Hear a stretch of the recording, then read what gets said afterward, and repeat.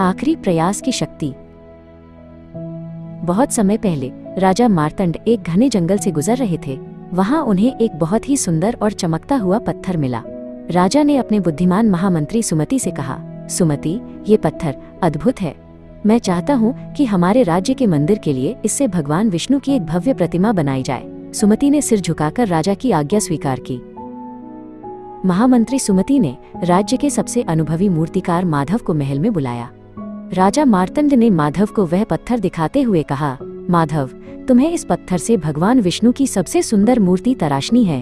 यदि तुम सफल हुए तो तुम्हें 100 स्वर्ण मुद्राएं इनाम में दी जाएंगी। माधव इनाम की बात सुनकर बहुत खुश हुआ। माधव अपना सामान लेकर अपने कार्यस्थल पर पहुंच गया। उसने एक बड़ा और भारी हथौड़ा निकाला और पत्थर पर पहला प्रहार किया। पत्थर बहुत ही कठोर था।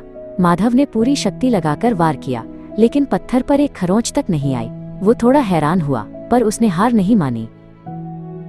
दिन बीतते गए। माधव रोज सुबह से शाम तक उस पत्थर पर हथौड़े से वार करता रहता। वो पसीने से तरबतर हो जाता और उसके हाथों में छाले पड़ गए थे। उसने 10, 20 और फिर 30 बार प्रहार किए, लेकिन पत्थर वैसा का वैसा ही रहा। वो थकने लगा था, पर स्वर्ण मुद्राओं की चाहत उसे रुकने नहीं दे रही थी। जब माधव ने 50वीं बार पत्थर पर पूरी ताकत से वार किया और फिर भी कुछ नहीं हुआ, तो उसने हिम्मत हार दी। उसने अपना हथौड़ा नीचे रख दिया और महामंत्री सुमति के पास गया। माधव ने दुखी होकर कहा, महामंत्री जी, इस पत्थर को तोड़ना नामुमकिन है। मैंने 50 बार कोशिश की, पर यह नहीं टूटा। इससे मूर्ति नहीं बन सकती। महामंत्री सुमति राजा की आज्ञा का पालन हर हाल में करना चाहते थे। उन्होंने हार नहीं मानी। उन्होंने एक साधारण से दिखने वाले मूर्तिकार धैर्य को बुलाया।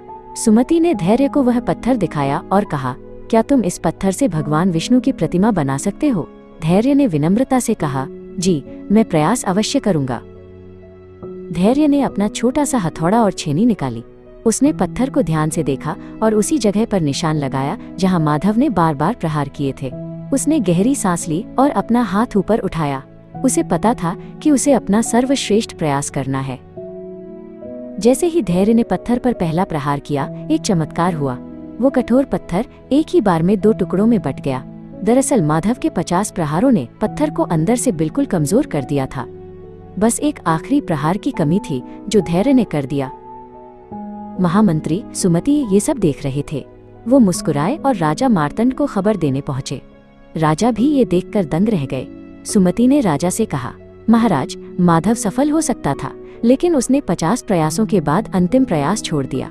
धैर्य को उसकी मेहनत का फल इसलिए मिला क्योंकि उसने हार नहीं मानी। कुछ ही दिनों में धैर्य ने उस पत्थर से भगवान विष्णु की एक अत्यंत